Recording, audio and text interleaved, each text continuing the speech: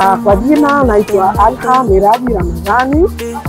Nimetokea Pemba, Tanzania. Kwa hiyo kwa sasa niko hapa Japani kuja kuchora hina kama jasiriamali. Mnavyoniona ninavyochora hapa Japani, tuko na wateja wengi sana alhamdulillah wanaochora hina.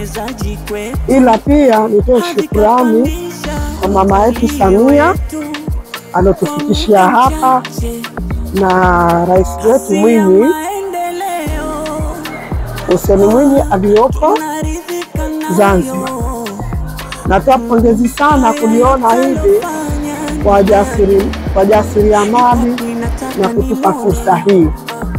Kwa kweli Mwenyezi Mungu ndiye atakayewalipa marais wetu hawa kufanyia vizuri, na zaidi tu niseme natoa shukrani nyingi sana. Hatukutegemea kama tutafika hapa leo tulipo,